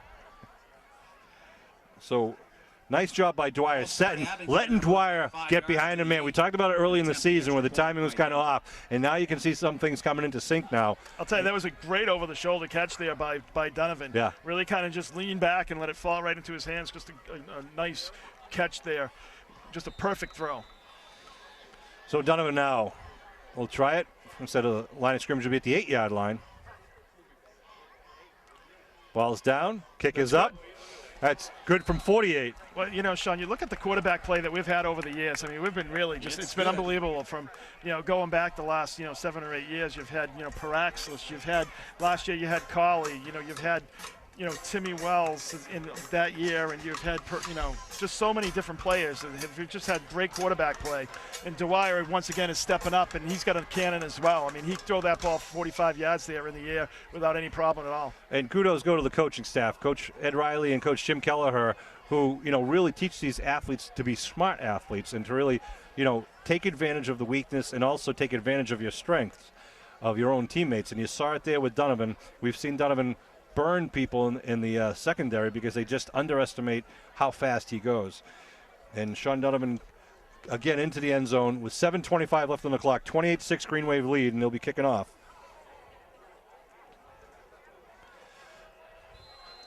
Donovan will do the kicking. 2 men back for the skipper standing at about their own 10. Rocco Legel is on the near side, and it looks like that is Kissick on the far side. Cole Kissick. It's going to be a short kick Kissick's way at about the 20-yard line. Kissick avoids the tackle, trying to pitch it outside, and gets it up over about the 35. Sean, I wonder if that's by design to kind of get the coverage down there, because it seems like it's almost purposely that they've been kicking it a little bit shorter. At the beginning of the game, he was booting it down to about the 5-yard line. So it might be that they're kind of placing it kind of on the corners or on the sides so the coverage can get down there. Well, this is probably one of the best field positions that Cohassett's had all night. It's starting at about the 36-yard line. 1st and 10. Legel out wide, near side. Looks like that is Doonan out wide to the far side with the I backfield. Green Wave show blitz once again. Haggerty rolling, puts it up. Nothing doing. Colley coming up big there. Haggerty to Burke. Nice job. Yep, Aiden Colley reading that well, coming up only about a 2-yard pickup. Keep it in front of you, especially with a 22-point lead, Sean. That's what you want to do as a defensive person. Make sure it doesn't get behind you. And Colley did a nice job of reading that for a 2-yard pickup for Cohassett. Brett Dooley was the receiver there, but Colley was all over him, so it is 2nd and 8 now with just under 7 minutes to go here in the 3rd quarter. Green Wave up 28-6. Playing a very good game so far. Good execution. Solid on both sides of the ball. A couple of unnecessary or bad penalties in the first half, but see if we can get that under control. Wideouts again each side with the I backfield behind Haggerty. They fake it. Oh, and he's going to hit for a loss. Quinlan didn't get fooled. He's having a heck of a game defensively here tonight, Sean. Quinlan. Haggerty faked the pitch to the far side. A naked boot coming the other way, but the big number 85 the defenseman for the Abington hockey team just swallowed them up. I'm surprised they call that because Quinlan all year has been pretty disciplined about maintaining his edge, and you saw that right there. Third down and 17. Third and long 17 now at the 29-yard line. A timeout being called by the Green Wave. Well, I think this is exactly, this is probably a smart timeout, Sean. You get 22-point lead here. I think, you want to make sure you have the right defense on the crowd. You've got a third and about 16 here. You don't want to give this up and let them get back in the game. 6:03 on the clock. By the time this is on the air, we would have already completed the Boosters door-to-door drive, which was on Sunday, October 6th. I want to thank everyone who's contributed. If you haven't contributed, you can always send in your check or money order to P.O. Box 2140 in Abington. Okay. It might have been that they had 12 players on the field too, Sean. Yeah, that's smart timeout. So here comes Cohassett now. Third and about 17. 6:03 on the third quarter clock. Oh, it's going to be a backwards pass. Looking for the double pass. They throw it downfield to nobody, and it falls incomplete. He had no chance out there. Lajelis had no chance. He just, your Green Wave, great pressure once again. And that's going to be a punt situation now. Fourth down from the 29-yard line in a punting situation. So 3 and out for Cohassett. Not the way they wanted to start their second half. Green Wave defense has been impressive after that first series, Sean. They've really held the line. I just think you see them totally dominating the line of scrimmage in this game. Riccardi and Donovan go back deep for the Green Wave. Brett Dooley to punt, standing at his own 16. High snap, comes down with it, kicks it up, nice good high kick. It's going Picardi's way. Picardi at his own 34, gives it to Donovan near side. Oh, what a block. Donovan now gets tripped up, nice tackle. That's about the 41, 42-yard line. Tackled by, looks like Jack Conte on that one. So the Green Wave, though, have decent field position at their own 42. Absolutely. You'd love to start. If you could take it at the 42 at any time, you would, Sean. That's, good job by Picardi fielding that ball and then just handing it off and picking up about 6-7 yards on the special teams. They were really trying to set up that wall that they normally do, but I think Cohassett was, well coached in that, and they've had a lot of players in pursuit over there. So 1st and 10 for the Green Wave. Cohassett trails by 22 points now, 5:44 left to go. In the third quarter, a beautiful night for football here on Friday, October 4th. Again, October 19th, Saturday night, is going to be the Booster Bash at the KSC. All adults invited, $20 tickets. You can buy tickets at the door, but please try to buy them in advance. We make sure we have plenty of food and goodies for you. Here we go now. Tassoni, the center, out over the ball. Picardi out wide to the far side. Looks like Halpin, Manning, and Freeman in the backfield. It's a lot of the lumber out there. They show blitz up the middle. They give to Freeman. Freeman pushes. Freeman breaks free. Freeman gets tripped up as he gets up to the 49-yard line. Boy, if he didn't get tripped up, there's a lot of real estate in front of him. Absolutely, Sean. You're looking up here and you go, and there's no hole there. And somehow we just found a little bit of a seam, and boom, he picks up 7 yards. So, well, when you get Manning and Halpin, in addition to April and when Whalen and Tassone, got a lot of bodies pushing for your benefit. So ball at the 49 means it's going to be 2nd and 3. Again, 3 big bodies in the backfield with Picardi out wide. Dwyer calls the cadence. They give left side Halpin. Halpin turns it upfield, first down. Halpin inside the 45. Halpin gets taken down about the 40-yard line. They'll move the stakes for the Green Wave offense. The Green Wave is just really just taking total control of that line of scrimmage, blowing out the hole, Sean, and they're picking up, 7 yards and then taking about 13 yards there. So the Green Wave just doing such a super job in the trenches and taking care of the line of scrimmage. Mentioned earlier, this year, this is not a league game between Cohassett and Abington. Cohassett's in Celsius League small, Abington's in Celsius League large, but it's a game that does have meaning and a benefit. Yeah, because if the Green Wave win, they know that Cohassett's going to have a really good season. They could run the table for the rest of their games. And if Abington beats Cohassett, not only do we get points for beating them, but we get points for every victory that Cohassett has. Likewise, Cohassett would like to take down Abington for the same reason. So here we go, 1st and 10 at the 40-yard line. Give right up the middle of Halpin, I believe it was, on the left side. A scrum going. Still going. Whistles blow, stop the play. Kept going until the whistle blew and picked up probably about 3 yards on the play. All right, see, I like the cowbell. MIA doesn't allow noisemakers, and I don't know why there's such a rule. No MIA any game, but I love it. You got to keep it going. No, I love it. I'm saying it's a great thing. I wish they could do it. They say no flags, no pom-poms, no banners, and I don't know why you can't go out. I don't know. You can't even have a sign that says Good luck to your favorite kid. MIAA stands for no fun. Second down. I'm complimenting you. Second down.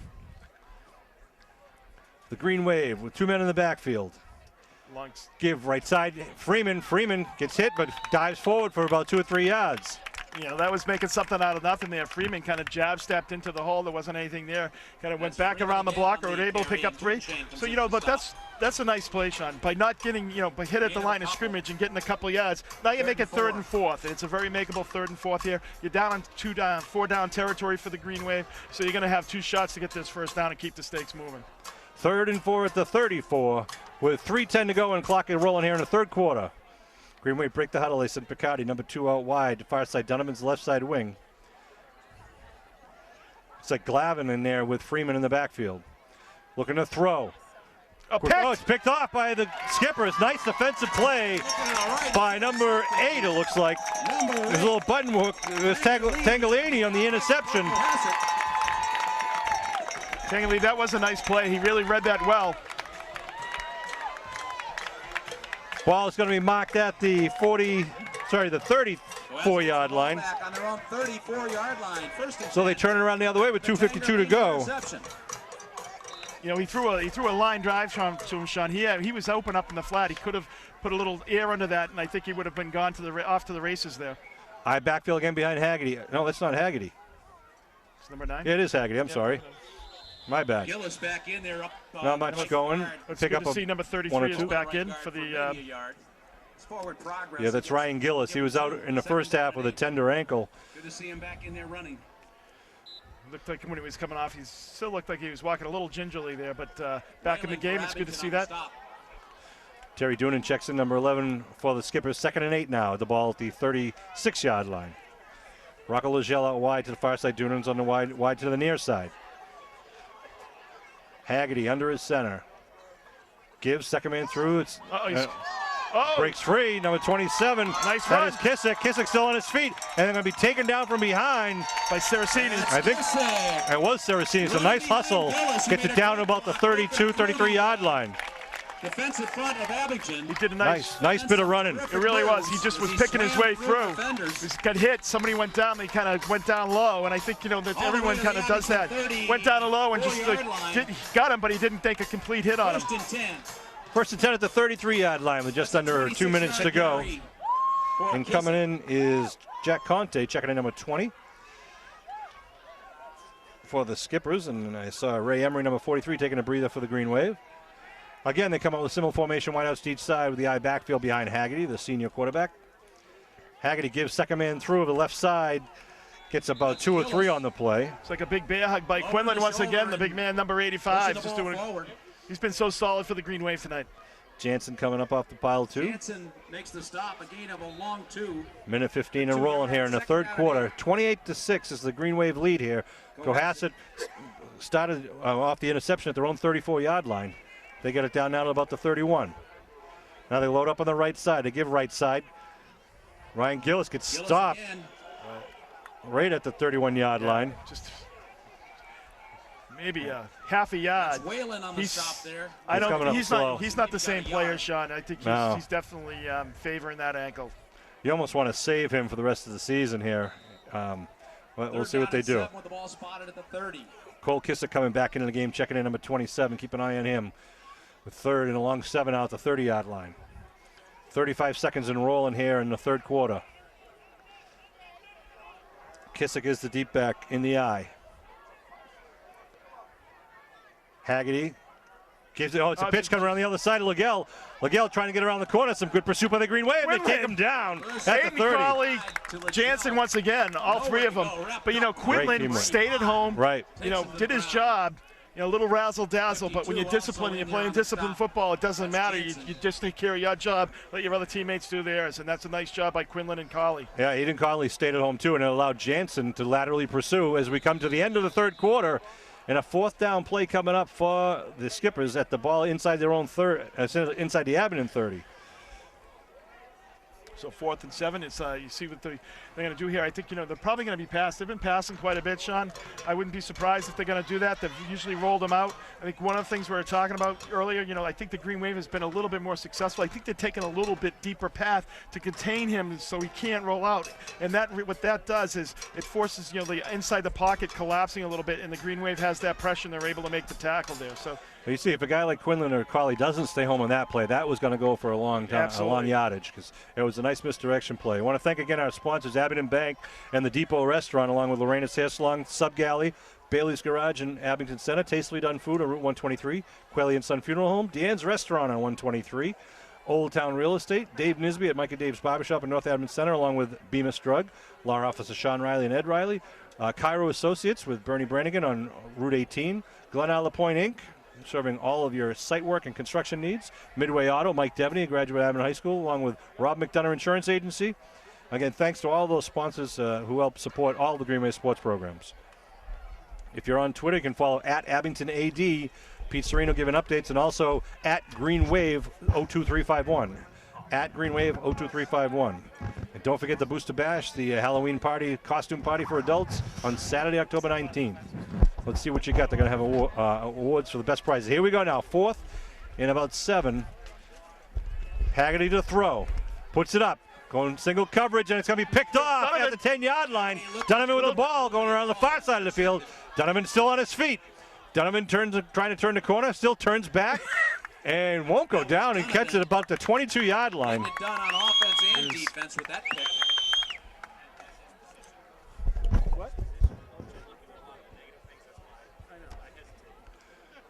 So Donovan with the interception at the 10-yard line brings it back to about where are they marking it, Kev? The 21? I'm marking about the 21. So Green Wave takes over with 10:41 remaining in the ball game.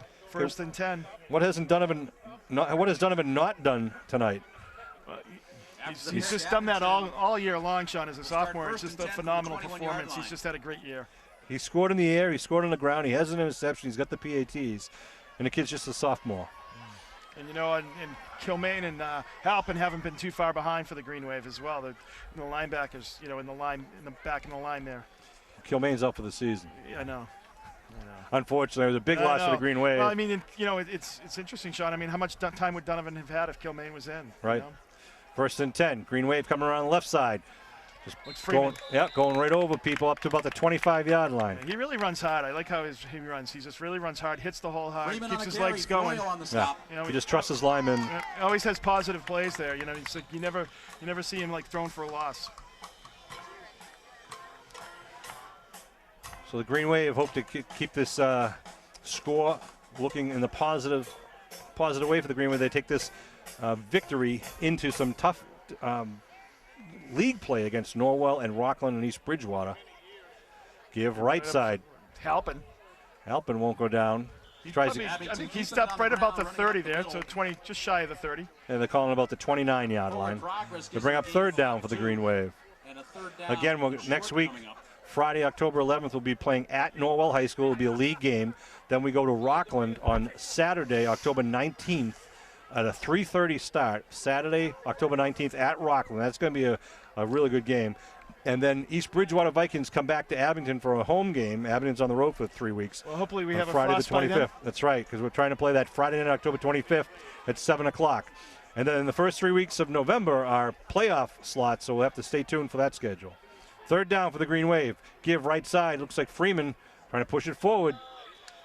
We'll see where they mark his forward progress. I think he's just got a yard there, Sean. It's going to be about a yard shot, so it's going to be 4th and 1. See what the Green Wave decides to do here with 9:10 on the clock here in the fourth quarter. I don't think you have any choice. I mean, you've got a 22-point lead here. You give your defense has had a great night. You give them a long field. Bring it up 4th down. I'd agree with you, Kev. You don't give Cohassett any gifts at this point. Watch, that's when they'll fake it. And, Rocco Legel back along with, is that number 2 out there? That's Tedeschi, Trevor Tedeschi. Well, Green Wave, what are we doing here? We're lining up to go for it here. 4th and 1, or they're going to go with a long snap. Here comes the secondary coming up. They give left side, first down, Green Wave, and then some. Wow. Wow, how about that gutsy call there for the Green Wave? That's Manning. That's just confidence in your offensive line there. Manning picks up 11 for the first down, and they move the stakes at the 40-yard line. And the Green Wave did a nice job too of Sean of like calling, getting that ball snapped before those guys were able to come up and have some back support there. Pickup of 10 to the 40, 1st and 10. 1st and 10 for the Green Wave. It's, and they were totally unprepared for that as well. Well, they certainly were surprised, as were we, because they were back in their punt receiving formation. Freeman takes a breather as Dwyer comes back in the huddle with the play. 8 minutes to go here in the game. I'm surprised they didn't call timeout with that, Sean, because I think if they called timeout, I don't think Green Wave would go for it after a timeout. 1st and 10. One man in the backfield. They give right up the middle. Nice little chunk of change once again. Pick up a 5 or so on the play.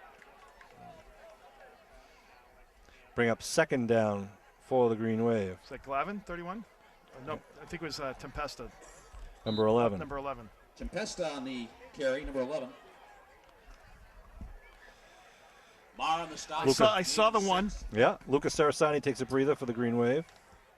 Well, you can't say enough about the offensive line tonight, Sean. They just did a great job against this Cohassett team. Tempesta and Emery in the backfield now for the Green Wave. They give to Emery, right side, number 43. Emery gets up to the line of scrimmage, gets tripped up, pick up maybe 1 on the play. Bring up 3rd down. The clock continues to roll. And eating a lot of time off this clock. We're just coming under 7 minutes before this ball gets snapped here. So Green Wave offense taking the time off the clock, given, the clock is the enemy now of Cohassett. You're only going to get how many opportunities? They're behind by 3 scores here. And with 6 minutes left, it's going to be difficult to, get the ball and back 3 times and score all 3 times. So 3rd down and a long 3 now for the Green Wave with the ball at the 47-yard line.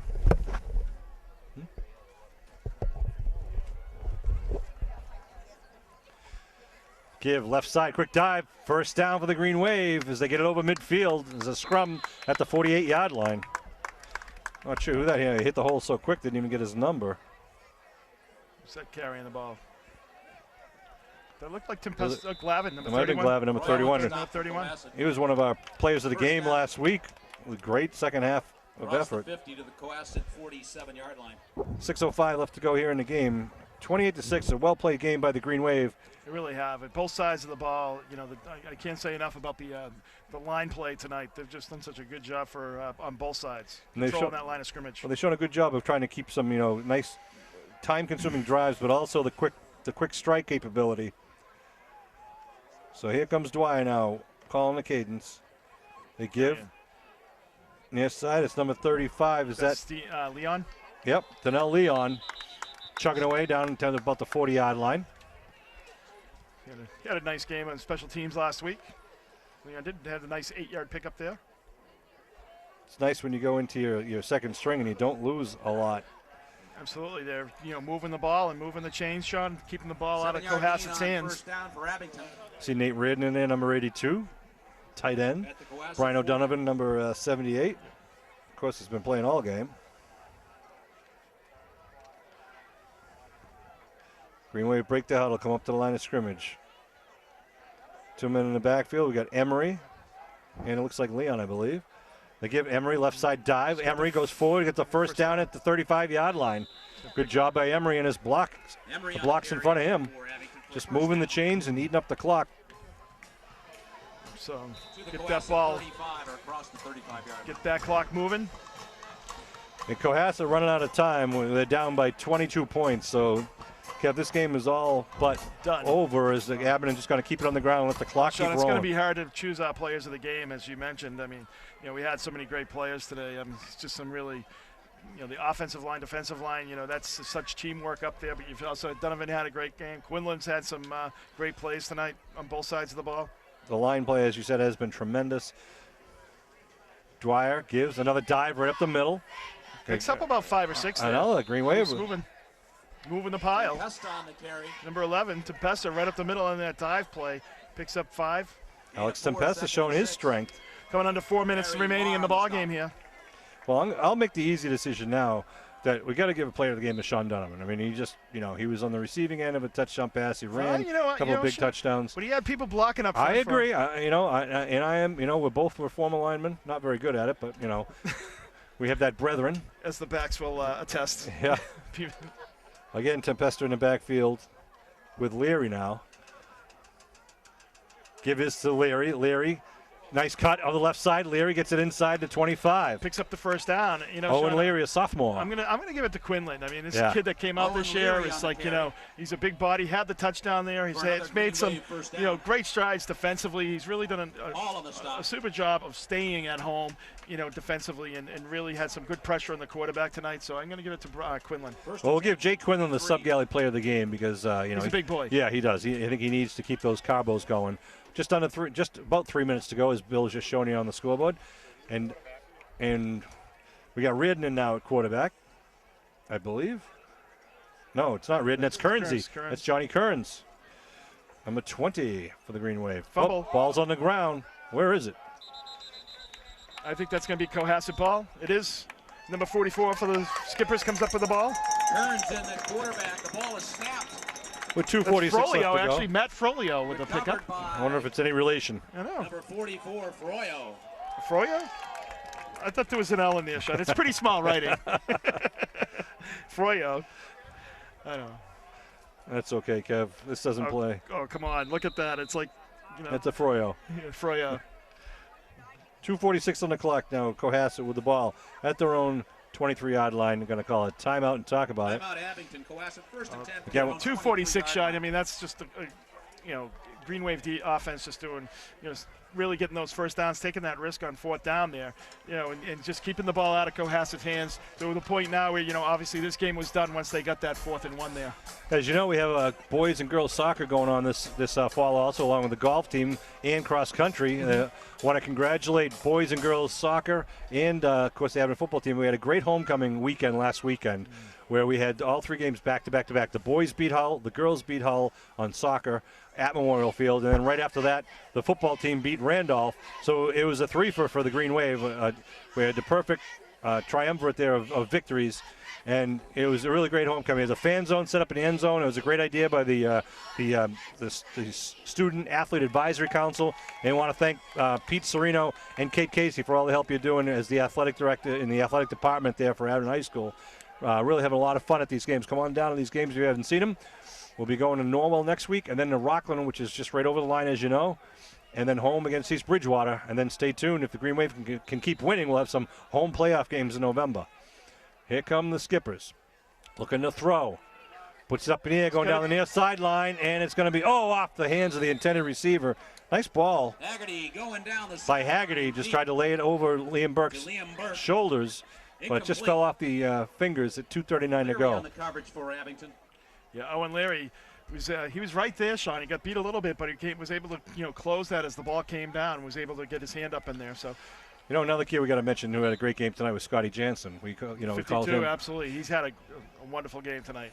He was all over the place, following up as the linebackers do, trying to, not only clog the middle, but also with a great lateral pursuit. We saw him on a number of occasions being, if not the first guy to get him, he was the second or third man in. 2nd and 10. Haggerty to throw. Haggerty rolling, buying some time, puts it up, and it is going to be complete to Dono. Dono going down the far sideline, tries to cut it inside, and then run out of bounds inside the 40-yard line. Number 85, Jack Donahue, a sophomore tight end. Well, moves the chains there, Sean, on a big gainer. Green Wave player, it looked like he tipped it, Sean. Yeah, I thought he did.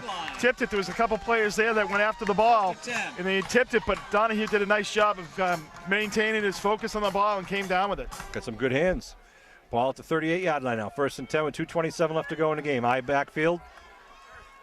One man out wide to far side, 2 on the near side. Haggerty keeps it with the quarterback keep over the right tackle and taken down. That was Nate Reardon and Glavin on the tackle. Bring up 2nd down. 2nd down. They don't seem to be hurrying too much here, Sean, so it's just going to come down about 2 minutes left in the ball game. Oh, this is unique for us, Sean, being able to breathe easy down here in Cohassett. It's just been every year. It's a tough battle whenever we come down here. This is Green Wave have really outplayed Cohassett, took advantage when they could. Haggerty stepping up. He's trying to get some time in the end zone. Now he's going to be taken down for a loss. Good coverage downfield by the Green Wave secondary. Haggerty had no one to throw to. Well, Emery came in, and the kid didn't hit him that was blocking him, and he was just able to kind of take a side step there and was able to get Haggerty and pull him down. 1:47 o'clock. They'll call the timeout. 3rd and 8, a long third down here for Cohassett. 28-6, just a solid ball game by the Green Wave. That it was, Kevin. They're going to be taking off a Norwell team that's improved, and Rockland, who, as we mentioned earlier, beat East Bridgewater in a 35-34 victory, and East Bridgewater has got a lot of talent. Now, Cohassett in the small, Social League small, their league is Cohassett, Mashpee, Monomoy, Hull, and Carver. Not a strong league. Cohassett is picked to win that league, which would send them into the playoffs. Abington is in the Social League large, so we're paired up with Abington, Rockland, Norwell, East Bridgewater, and Randolph. And as you know, we've only played Randolph for a league game. So in order, again, we have Norwell, then Rockland, then East Bridgewater in the coming 3 weeks. So we hope that Green Wave Nation will travel to Norwell and Rockland and then be there when East Bridgewater comes to Abington. That potentially, the Rockland and East Bridgewater games, I thought, could be the deciding factor. Who's in second place? Well, Rockland, as you said, beat East Bridgewater last week. Back to pass is Haggerty. Haggerty looking, now goes down the middle of the field. Oh, and it's knocked away. Haggerty for Legel. The intended receiver was Legel. I think that was Donnell. Number 22. Donnell was DeAndre Hilton. DeAndre Hilton, rather. I'm sorry. Closed on the ball. DeAndre Hilton came in. He was closing on the ball. Almost had a bid for it. But brings up 4th down here for the Skippers with 1:41 remaining. It is DeAndre Hilton Cardoza. All right, so now the ball to 36. Well, it's going to be an interesting format. You know, it's coming down, as you said, Sean, to those 3 games. So Green Wave, you know, can't look past anybody. Obviously, Rockland got beat by Cohassett, but, you know, I think they had 3 or 4 turnovers in that game. Yeah, they did. Cohassett did a good job taking advantage of it. Looking to throw. Needs about 8 for the first down. Now Haggerty's going to keep it, looking for the first down, and he gets hit. He'll be, let's see where they. It's going to be right at the sticks. Open downfield. He puts it down and makes a nifty move. One of the side judges saying it's enough for the first. He'll keep possession with a minute to go. And yes, he does. Good job by Haggerty, knowing where the line was. And he gets it down to about the 27-yard line. Green Wave had good pursuit coming back to the ball, Sean, as he did scramble. I mean, they had everybody back there. I mean, right now for the Green Wave, you just don't want to give up that big play. It's going to be timeout Cohassett. That clock was rolling a bit. Yeah, I'm going to have to reset it, I believe. 129. 127. 127 remaining in the ball game. 137. 127. Timeout Cohassett. They'll reset the clock to 137. Well, we'll see. I think so. Couldn't have been 20 seconds off. 127. Yes, referee Howell nods in agreement, 127. So it'll be 1st and 10 now at the 27-yard line for the boys in blue, the Skippers of Cohassett High School. And hold on now. No, 137. There's no way. How can that be? It was 129. It was 129. All right, well, 137's on the clock. It was 129 when they. That's crazy, but it doesn't matter. But. Here we go. I backfield now behind quarterback Haggerty, looking to throw. Haggerty scrambling up, puts it up, and incomplete. Nice job, good coverage. Glavin. Again, Brendan Glavin. The ball intended to he's got a nose for the ball. He's got a nose for the ball. So bring up 2nd down with 1:30 to go. Incomplete. Again, it's important for these teams to win as many games, whether they're league or non-league, because the number of wins and the quality of the wins, meaning who you beat and how many victories that team, will decide where you're ranked in the eventual playoff rankings. Well, Cohassett's a good team. I mean, you can see that they have some talent. They've got a lot of speed. Yep. You know, and I think with their schedule, they're definitely going to be going to the postseason, Sean.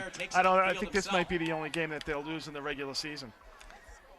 I think you're right. I think with the rest of their schedule, it's pretty light, but they should be able to run the rest of the table. So the higher the ranking in the divisional playoffs, the highest ranking team is the home team. So if the Green Wave can get a good ranking, then we anticipate we'll have a home game in the first week of November. It'll be the weekend of about November 2nd. And if you win, you go to the next round. And again, the higher ranking team in that second game would be the home team.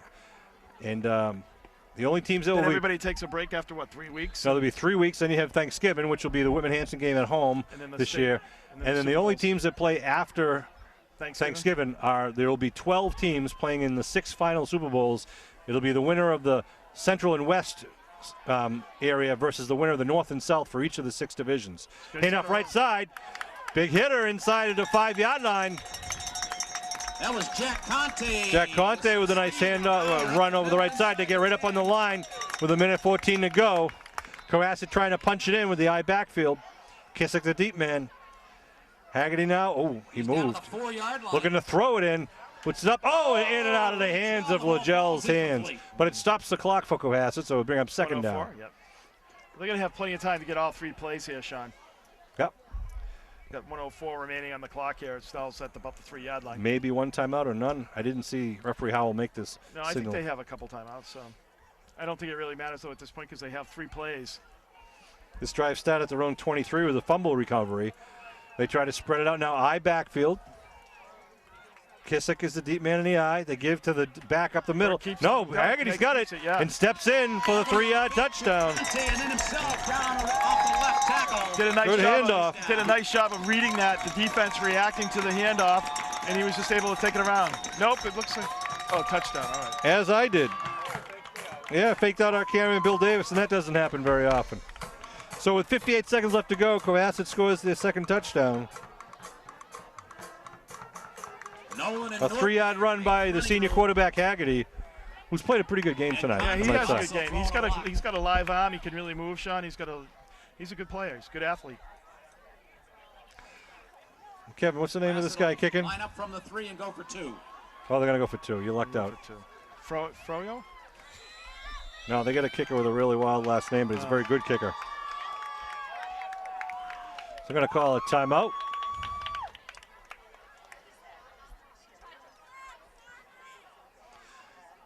Again, well, I don't know if they're going to do an onside kick, but with you're down by 2 touchdowns, obviously with 58 seconds, it wouldn't shock me, but I'd be surprised.